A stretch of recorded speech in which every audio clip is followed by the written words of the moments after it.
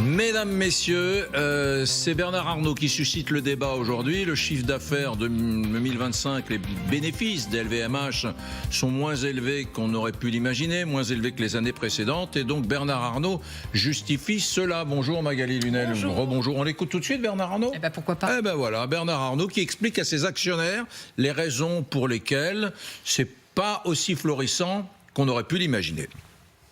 Cette année, on s'est sûr qu'avec la poursuite des crises géopolitiques, avec l'incertitude économique, avec des politiques de certains États, dont le nôtre, qui sont plutôt contre les entreprises, pour les taxer un maximum et donc créer du chômage, je pense qu'il y a de quoi être un peu réservé. Voilà, il y a de quoi être un peu réservé. Donc la crise, la géopolitique, le chômage et les obsessions taxatrices de la France. On est d'ailleurs avec... Le verbe de Bernard Arnault, ça veut dire qu'il est très en colère. Oui, ça veut dire qu'il est très en colère. Il y a de quoi être très réservé, en sous-titre ras-le-bol. Ouais. Vous décryptez le Bernard Arnault, vous parlez le Bernard Arnault. Pas quelqu'un qui est trivial. On est avec Arthur Delaporte, le député du Calvados et qui est porte-parole du Parti Socialiste. Ça sera intéressant de l'entendre parce que tout le monde dit, bah oui, c'est le budget socialiste de la France, c'est le budget socialiste de la France qui fait en sorte que les entreprises soient plus taxées. Donc on l'écoutera dans un instant. On regarde quand même les chiffres, non ? Parce que il y a... En fait, ce qu'il a publié hier, il a pris la parole devant les actionnaires pour donc présenter les résultats annuels de son groupe. Il avait fait exactement la même chose les années précédentes. On le réécoutera l'année dernière. Tiens, parce que vous parliez de colère, c'était une colère froide l'année dernière. C'était un peu plus virulent que celui-ci. Et donc cette année, eh bien son groupe à Bernard Arnault, vous le savez, LVMH, a un bénéfice net en baisse de 13%. Donc par rapport à l'année dernière, ça fait donc un bénéfice net de près de 11 milliards d'euros. Mais on verra qu'avant la taxe sur les grandes entreprises qu'il dénonce, la Bernard Arnault, les bilans étaient encore moins bons. Donc on pourra faire un point dans un instant. Alors, Lionel Roch, vous êtes entrepreneur, président fondateur de Franco-Européenne et vous avez publié chez l'Observatoire « Laissez-nous bosser ». Que pense le chef d'entreprise français de ce que vient de dire l'autre chef d'entreprise français, le plus gros, Bernard Arnault ? Alors, je pense différentes choses. Comme d'habitude, quand Bernard Arnault dit quelque chose, c'est un scandale et toute la France, enfin surtout la classe politique, s'horrifie. Je vois pas pourquoi Bernard Arnault n'aurait pas le droit de dire que le budget, pour la deuxième fois, est un scandale, puisqu'il torpille les forces vives du pays, il torpille les entreprises. Juste la surtaxe qui devait surtout pas être renouvelée, on lui avait promis. La surtaxe sur les entreprises. Sur les grosses entreprises a été évidemment renouvelée et en plus on nous avait promis à nous PME qu'on allait supprimer la CVAE et on n'a pas supprimé la CVAE. Donc quand Bernard Arnault dit que on a un gouvernement qui est plutôt contre les entreprises, je pense qu'il est très très gentil. Il n'est pas plutôt contre les entreprises, il est complètement contre les entreprises. Maintenant, tout le monde devrait être ravi. LVMH va faire moins de bénéfices. Donc c'est prodigieux, ça veut dire que notre pays va être parfaitement heureux, va parfaitement fonctionner, puisque j'ai bien compris, le problème dans notre pays, c'est que LVMH faisait des bénéfices. Et ben voilà, une bonne nouvelle, ils font 13% de moins de bénéfices. Donc tout le monde, évidemment que les infirmières vont être mieux payées, les professeurs vont être mieux payés, puisque Bernard Arnault va s'appauvrir. C'est fabuleux. Tout le monde a l'air d'être surpris que LVMH fasse moins de bénéfices. Faudrait juste savoir, nos milliardaires, hélas d'ailleurs, sont très concentrés dans le luxe. Or, le luxe, par définition, c'est du luxe. Et ça veut dire que quand vous avez le monde qui rentre en crise, qu'il y en a qui veulent envahir le Groenland, l'autre... Ça, c'est de la faute de l'État français, bien sûr. Ça, c'est pareil. C'est de la faute des députés socialistes et de l'État français. Le Groenland, le Venezuela, la faim dans le monde... La faute absolue de l'État français, c'est de ne pas comprendre que c'est les entreprises qui créent la richesse et que donc, évidemment, qu'on ne fait pas un budget en se disant, tiens, par pure démagogie, on va d'abord massacrer les entreprises. Donc ça, c'est une erreur absolue. La deuxième erreur, c'est d'oublier qu'on est dépendant du luxe. Pourquoi on est dépendant du luxe ? Parce qu'on a un coût du modèle social qui fait qu'on ne peut vendre avoir des salariés en France quand on vend des sacs à 3 000 euros. Donc oui, le budget tel qu'il vrai, c'est une erreur absolue. Et la deuxième erreur, c'est de penser qu'on peut faire une politique de droite ou de gauche en la faisant payer par les entreprises. Donc, Arthur Delaporte, ça va être intéressant d'avoir votre réaction avec ce qui vient d'être dit sur le plateau, avec ce chef d'entreprise qui est assez en colère, visiblement. Est-ce que d'abord, sur ce qu'a dit Bernard Arnault, vous êtes d'accord, la France n'aime pas les entreprises ? Non, mais c'est une évidence. Bernard Arnault est de nouveau dans l'outrance. Enfin, je veux dire, il a oublié de rappeler qu'il avait quand même reçu 3 milliards d'euros de dividendes l'an dernier. Donc, je veux dire, c'est quand même quelqu'un qui n'a pas payé ou quasiment pas payé d'impôt sur le revenu. Mais c'est faux, on entend ça à chaque fois. Il y a un moment, il va falloir s'arrêter. La taxe Zuckman. Alors, on laisse parler Arthur Delaporte. Oui, mais on laisse parler Arthur Delaporte et on en débat après. Je vous ai écouté gentiment, je crois. Et heureusement, moi je passe mon temps à écouter les politiques, donc écoutez un peu les entrepreneurs de temps en temps. Vous venez de me couper 2 fois de suite. Donc voilà, je vais juste vous dire que Bernard Arnault, et il y a eu une étude qui est sortie il y a 2 semaines, les milliardaires ne payent quasiment pas d'impôt sur le revenu. Et c'est d'ailleurs Éric Lombard qui l'a dit lui-même selon les chiffres qu'il a de Bercy. Donc il y a un vrai sujet de contribution des plus hauts revenus à l'impôt. Le problème là, c'est qu'on mélange 2 choses. On mélange les revenus personnels de Bernard Arnault, qui sont quasiment pas taxés parce qu'en fait, ils mettent l'essentiel de Bernard après. Non, mais parlons d'LVMH. Parlons des entreprises. Voilà. C'est ça. Et à côté de ça, les revenus personnels de Bernard Arnault qui sont liés évidemment aux revenus de LVMH, mais à côté de ça, les revenus de LVMH. Et ce que vous venez de dire à l'instant, c'est pour le coup. Alors, on a perdu. Plein de liaison. On va le retrouver, Arthur Delaporte. Oui. Pourquoi vous étiez en colère quand il disait que LVMH ne payait pas d'impôts, que Bernard Arnault ne payait pas d'impôts ? Bernard Arnault, à titre individuel, sur l'impôt sur le revenu, proportionnellement, paye moins d'impôts que la plupart des Français. C'est le résultat d'enquêtes journalistiques et d'économistes qui le disent. Donc c'est pas parce que France Télévisions fait des documentaires scandaleux et des compléments de... Non, mais c'est faux. Je vous explique juste pourquoi c'est faux. C'est-à-dire que Bernard Arnault paye les impôts exactement comme tout le monde sur les sommes qui se versent. Donc, la seule chose, c'est que quand vous avez une société, c'est-à-dire moi j'ai une société, si vous voulez, qui fait des bénéfices, je paye des impôts sur ce que je me verse en dividendes. Donc c'est le problème est juste là. Donc Monsieur Zuckman a inventé un truc génial. Beaucoup moins d'impôts quand même. Voilà. Mais c'était des revenus. Non mais c'est vrai. Enfin, je veux dire, il y a quand même un truc qui est aujourd'hui, qui est quand même que effectivement, au fond, il y a les gens qui peuvent se permettre de l'optimisation fiscale et qui se le permettent. Non mais je dis pas que vous n'avez pas le droit de le faire. Ça a été construit pour que vous le fassiez. Maintenant, le crétin de service, c'est le cadre supérieur finalement qui paye ses impôts sur le revenu. Bon ben voilà, écoutez, vive les cadres supérieurs. Formidable. On peut les applaudir ce midi. Ça tient grâce à eux. Quand Bernard Arnault se verse 300 millions, il paye 100 millions d'impôts sur les dividendes, pas sur le revenu.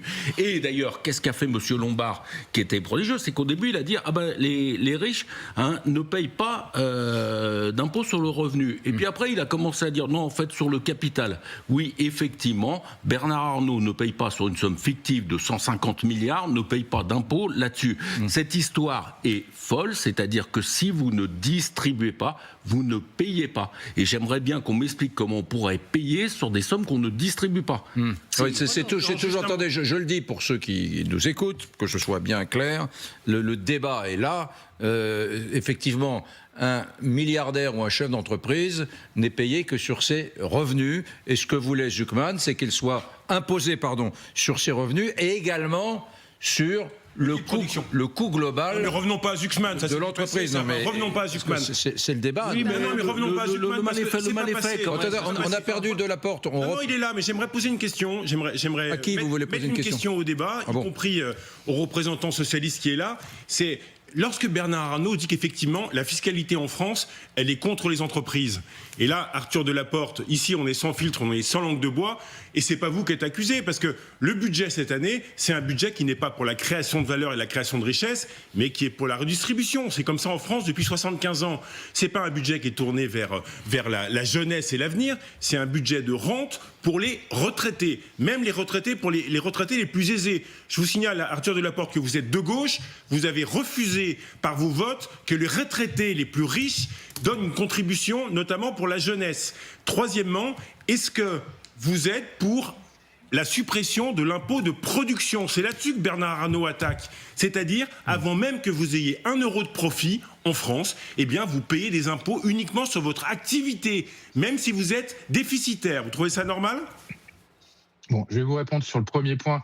Est-ce qu'on est sur un budget qui favorise les retraités ? Vous direz ça aux jeunes qu'on a réussi à protéger avec leur pas à 1 euro et aux apprentis qui ne seront pas fiscalisés sur leurs recherches. Sur la deuxième question que vous posez, est-ce qu'on est un paradis pour les milliardaires ? Bon, la réponse est évidemment un peu, parce que vous voyez bien qu'il y a des mécanismes d'optimisation en France qui sont supérieurs à ce qui serait dans d'autres pays. Si Bernard Arnault déménageait demain aux États-Unis, il paierait 1 milliard d'euros d'impôts sur les 3 milliards de dividendes qu'il a reçus. Aujourd'hui, en France, on a, c'est ce que montre l'étude que j'ai évoquée tout à l'heure de l'Institut des politiques publiques. Aujourd'hui, on a en France, en effet, des mécanismes de protection qui sont très forts. Et donc, c'est pour ça que nous, on a demandé notamment de renforcer la taxe sur les holdings pour éviter que les ultra-riches mettent des biens patrimoniaux dans des holdings. Vous regarderez à qui appartient le yacht de M. Arnault, à qui appartiennent ses propriétés. Et c'est en effet des moyens pour contourner l'imposition qui sont extrêmement connus. Mais en fait, là, on se détourne de ce qui est finalement la principale imposture du discours de Bernard Arnault. C'est qu'il fait la confusion entre LVMH, la société, l'imposition en France et l'idée que ça serait à cause de ça que ces bénéfices sont en recul de 13%. Et vous avez commencé à le dire justement tout à l'heure, monsieur, c'est que ce qui fait que les bénéfices de LVMH sont en recul, c'est d'abord un contexte mondial. On est sur une entreprise multinationale. Donc il y a à la fois les incertitudes qui sont liées à la politique américaine, il y a le ralentissement de la croissance en Chine qui fait que les ultra-riches vont consommer et les classes moyennes vont consommer moins de produits LVMH. Et donc, du coup, il y a aussi un impact plutôt des équilibres mondiaux. Et c'est ça qui fait que finalement, il y a moins de croissance de la société, il y a moins de bénéfices aussi, et il y a plus de coûts fixes qui sont liés à l'entretien finalement de l'appareil productif. Donc il faut arrêter de dire que c'est à cause de la France que le VMH est en recul. Et je pense que c'est plutôt de la faute de Donald Trump et aussi des conflits avec la Chine. Donc voilà, il faut remettre les choses dans leurs proportions et dire que Bernard Arnault, oui, s'enrichit grâce à un empire multinational et grâce à la France. Là, c'est vrai ce que vous dites. D'ailleurs, on va voir ça dans un instant avec Nevin Potros. On va voir les vraies raisons, les multiples raisons de la baisse des bénéfices d'LVMH cette année. Mais c'est vrai ce que disait Renaud Pilat.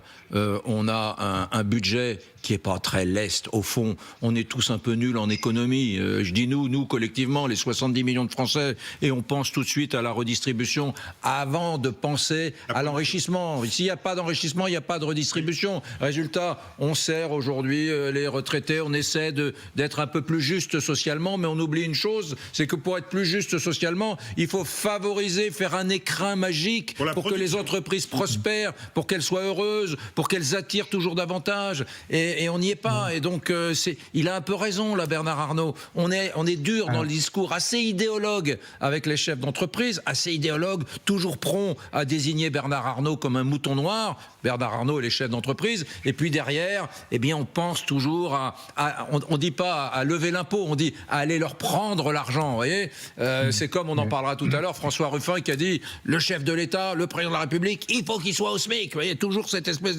d'idée un peu vengeresse. Mais du coup, à force d'être idéologue, on n'est plus très agile. Et les entreprises sont pas contentes. Et Bernard Arnault, il est un petit peu celui qui s'exprime pour tout le monde. Et ça serait drôlement chouette que vous, au Parti Socialiste, vous soyez un peu plus pro-business. C'est pas renoncer au socialisme que d'être pro-business. Léon Blum était pro-business. Il y a des textes magnifiques de Jean Jaurès sur l'économie de marché qui sont à pleurer, que plus aucun libéral n'oserait prononcer aujourd'hui. Jean Jaurès, qui habitait dans le 16e arrondissement de Paris, les a dit. Donc pourquoi est-ce que vous n'êtes pas un peu plus pro-business, vous ? Mais ils le sont au bout de 2 ans.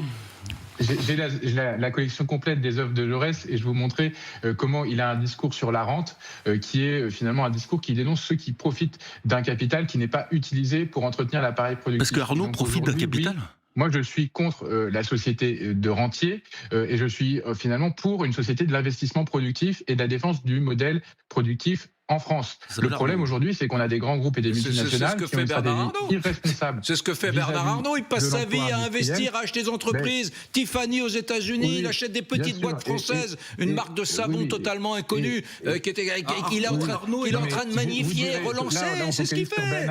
Non, mais excusez-moi, on focalise sur Bernard Arnault. Moi, je vous dis, Bernard Arnault, son problème, c'est qu'il refuse l'impôt et qu'il s'enrichit. Il ne refuse pas, il paie tout. Mais LVMH est la première boîte du CAC 40 40 au niveau de l'empreinte fiscale. Il n'y a pas une société du CAC 40 qui paie plus d'impôts qu'LVMH. Vous pouvez pas dire ça. Français. Voilà, non, mais alors qu'il ne fait que 9% de son chiffre d'affaires en France. Vous êtes à fond dans la défense de Bernard Arnault. Je déteste que vous en ayez fait à gauche un symbole anticapitaliste. Je déteste cette idée. Il a des défauts, Bernard Arnault. Qu'il arrête de payer des impôts. Moi, je connais des milliardaires qui disent taxez-moi. Donc, en fait, je pourrais vous les présenter si vous voulez. Le problème, c'est que c'est pas forcément un discours qui est très populaire chez les milliardaires. Ben voilà. Donc, on fera un petit dîner ensemble. Maintenant, le deuxième sujet, c'est de se dire qu'est-ce qui fait qu'on a un impôt qui est plus juste. Vous évoquez les retraités qui sont les grands bénéficiaires. Moi, je suis d'accord.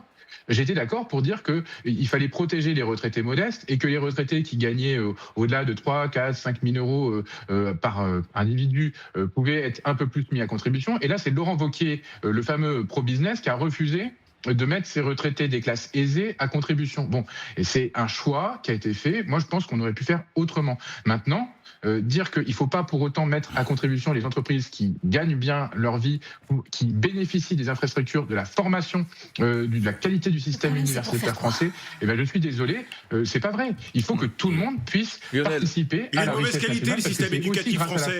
Arthur Delaporte. Il est de mauvaise qualité le système éducatif français. C'est pas vrai. Le système d'enseignement supérieur français est de très bonne qualité. Nos infrastructures, elles sont saluées partout dans le monde. Donc, il faut arrêter de dire que la France, ça serait un enfer. Et je crois d'ailleurs qu'on a un président de la République qui a tout fait pour justement défendre ce que vous êtes en train de me dire. Qui est en train justement de détruire, le fait que quand on allait alléger la pression fiscale sur les ultra-riches, ça allait avoir des effets magnifiques. Aujourd'hui, on voit que les résultats de la politique d'Emmanuel Macron. Alors, Arthur Delaporte, c'est bon. On vous écoute. Lionel Porte. Lionel Roch. Lionel Roch, quoi. On fait une erreur. On a une chance en France, c'est que nos milliardaires sont des entrepreneurs. Vous avez des milliardaires financiers, mais ils sont plus en France d'ailleurs. Ceux qui étaient, ils sont en Suisse, ils sont partis.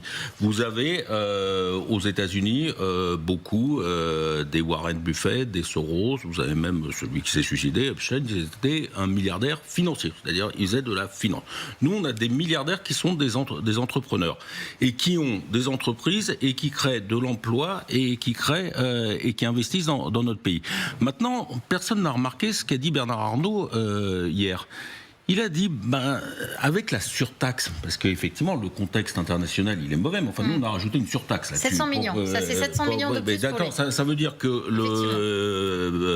Emmanuel Macron et M. Lecornu, qui se vantent de leur politique pro-business, et d'avoir mis l'impôt sur les bénéfices à 25%, en fait, ils l'ont mis à 35% pour les grands groupes.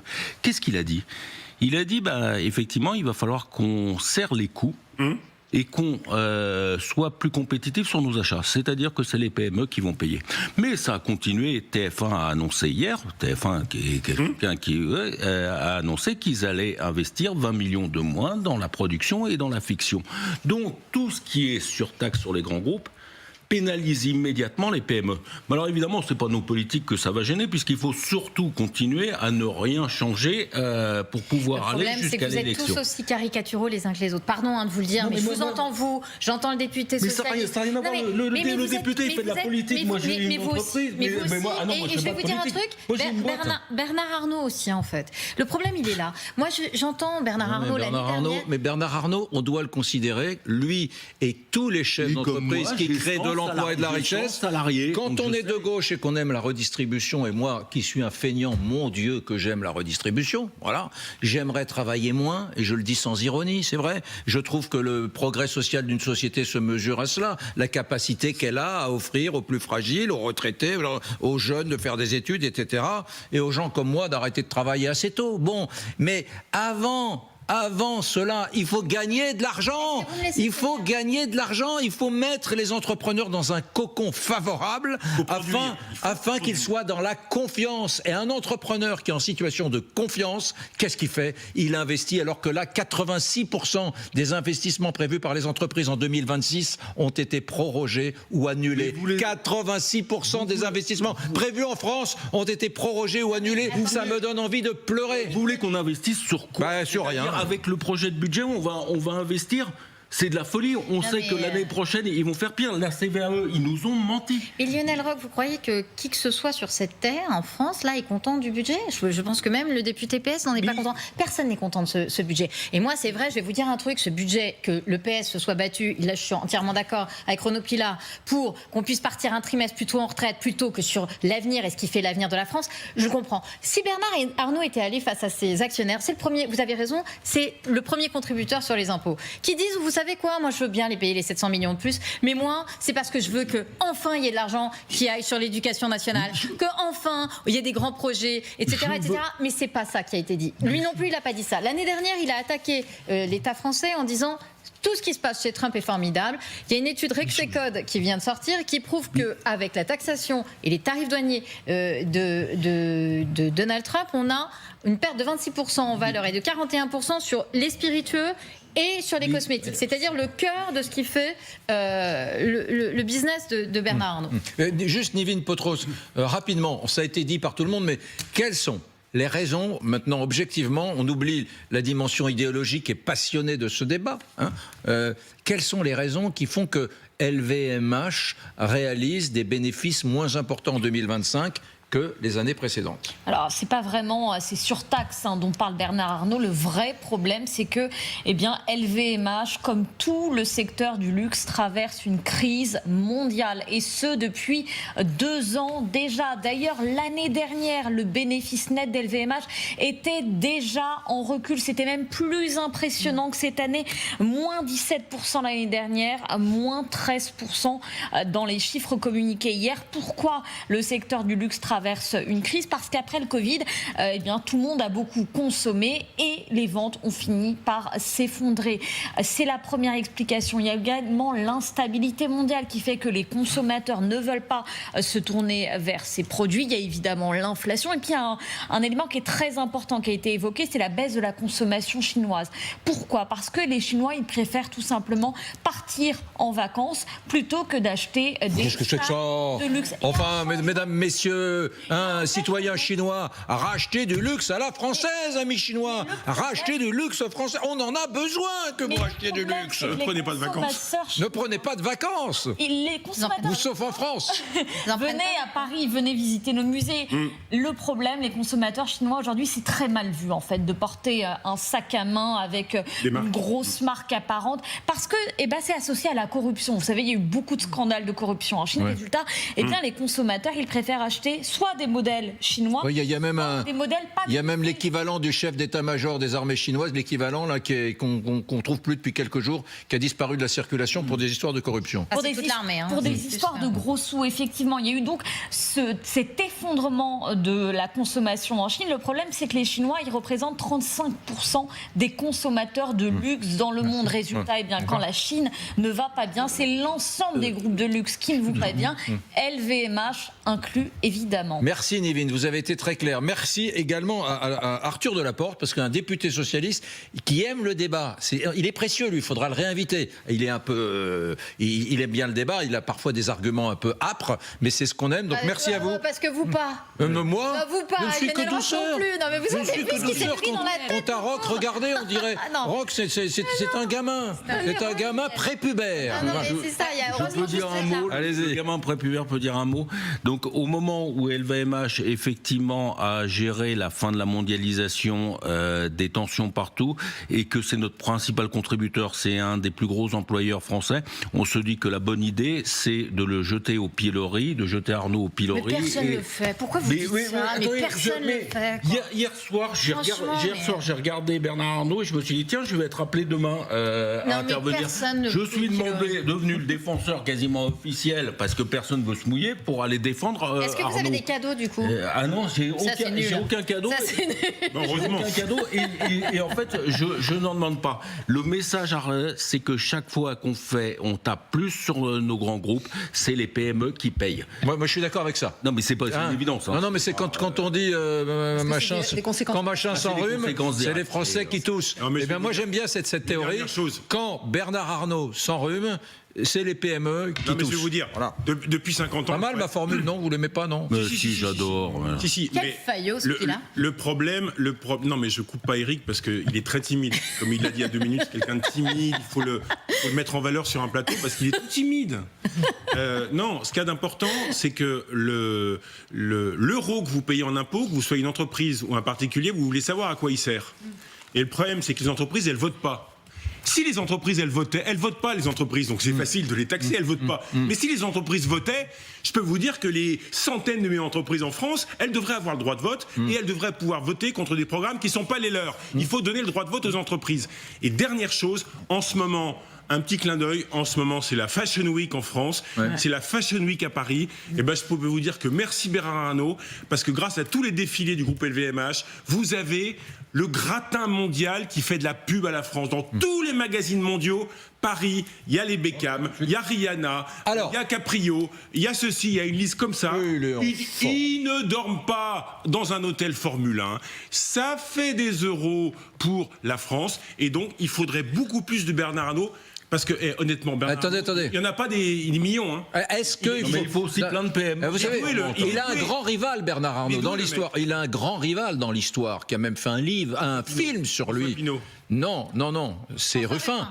François Ruffin, qui a fait un film sur Bernard Arnault. Merci Patron, il y a quelques années. Pas un rival de chiffre d'affaires. Et non pas un rival au niveau chiffre d'affaires. Et justement, puisqu'on parle argent et François Ruffin, on change un tantinet d'objectifs. Là, pour Ruffin, c'est plus LVMH et Bernard Arnault. Désormais, c'est le locataire de l'Élysée, quel qu'il soit. Écoutez, cette idée que le parlementaire François Ruffin pose sur la table, baisser le salaire du président de la République jusqu'à combien ? Au SMIC. Le SMIC.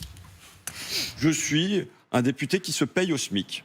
Eh bien, comme président de la République, ça sera pareil, ça sera le SMIC. Je payerai mes factures d'électricité comme le général de Gaulle. Nous ferons 20 millions d'euros d'économies sur le budget de l'Élysée. C'est l'équivalent de 400 postes d'infirmières. Pourquoi ? Parce que l'exemple doit venir d'en haut. Ça doit ruisseler sur les ministères, ruisseler sur les hauts fonctionnaires, ruisseler sur les milliardaires. Il n'est plus question qu'un milliardaire paye moins d'impôts que sa secrétaire. Il nous faut une nouvelle abolition des privilèges. Nouvelle abolition des privilèges. Vous êtes pour ou contre son idée ? Il l'avoue lui-même, ce serait un symbole fort. Alors, je veux dire, le salaire du président de la République en France, c'est 13 500 euros. Je crois 13 500. Un peu plus de 14 000 euros net avant impôt. Bon, ils ont été augmentés. Donc 14 000 euros net avant impôt. Effectivement, c'est de l'argent de poche, parce que quand vous êtes chef de l'État, vous n'allez pas acheter vos chewing-gums en face, rue Saint-Honoré, c'est de l'argent de poche, mais c'est quand même beaucoup de travail d'être président de la République, surtout en ce moment. Surtout que les chewing-gums rue Saint-Honoré, ça doit être 10 euros le paquet de Hollywood. Hein. On ne citera pas de marque, mais c'est 80 euros le paquet de 5 gommes. Bref. Vous avez donc un président de la République qui, à mon avis, ne doit absolument pas être payé au SMIC, parce que, bon, c'est totalement... Alors, c'est bien vu, hein, on en parle. François Ruffin, il est très bon en communication politique, on en parle. En revanche, moi ça fait des décennies que je suis favorable à ce qu'il y ait une réduction drastique du fonctionnement du haut de l'État. Parce que je suis désolé, il y a en France une crise majeure. Il y a une détestation désormais de l'immense partie des Français pour la classe politique. Donc il faut prendre des mesures spectaculaires. Et par exemple, les déplacements, réduire considérablement les déplacements, pas faire de réception de cocktails pendant 2 ans, des mesures choc. On dit on va réduire les agences de l'État, mais on le fait jamais, on va réduire ceci. Donc le SMIC non, mais par contre réduire considérablement les frais de réception, tout ça. Oui, il faut des symboles pour les Français. C'est peut-être démago, mais c'est comme ça. Oui, en fait, il est à moitié démago, Renaud Pilas. Ça qui est bien, pas complètement, mais à moitié. Écoutez, on est dans une spirale infernale en France aujourd'hui, c'est-à-dire qu'on trouve que nos politiques sont nulles, et comme on trouve que nos politiques sont nulles, on a envie de les payer de moins en moins. Sauf qu'en fait, on n'attire pas les mouches avec du vinaigre et on n'attire pas les talents sans les payer. Moi, la question que je me pose avec un président qui serait payé au SMIC, au fond, qu'est-ce qui se passe ? Qui va arriver là-dedans, en fait? On a les héritiers. On avait l'étude d'Oxfam qui montrait déjà que les milliardaires avaient 4000 fois plus de chances de devenir politiques que les autres. Donc on aura les héritiers, parce qu'ils pourront faire semblant d'être au SMIC tout en vivant sur le capital de papa et maman. On aura les corrompus dans un pays qui est déjà complètement inféodé par le narcotrafic. Vous savez quoi? On aura des corrompus, ou on aura des dingues. Alors moi, je sais pas vous, mais moi j'ai envie d'avoir ni des héritiers, ni des corrompus, ni des dingues. Donc il faut qu'on les paye correctement, parce que le président de la République, c'est H24 en fait. Bien. Donc voilà, ça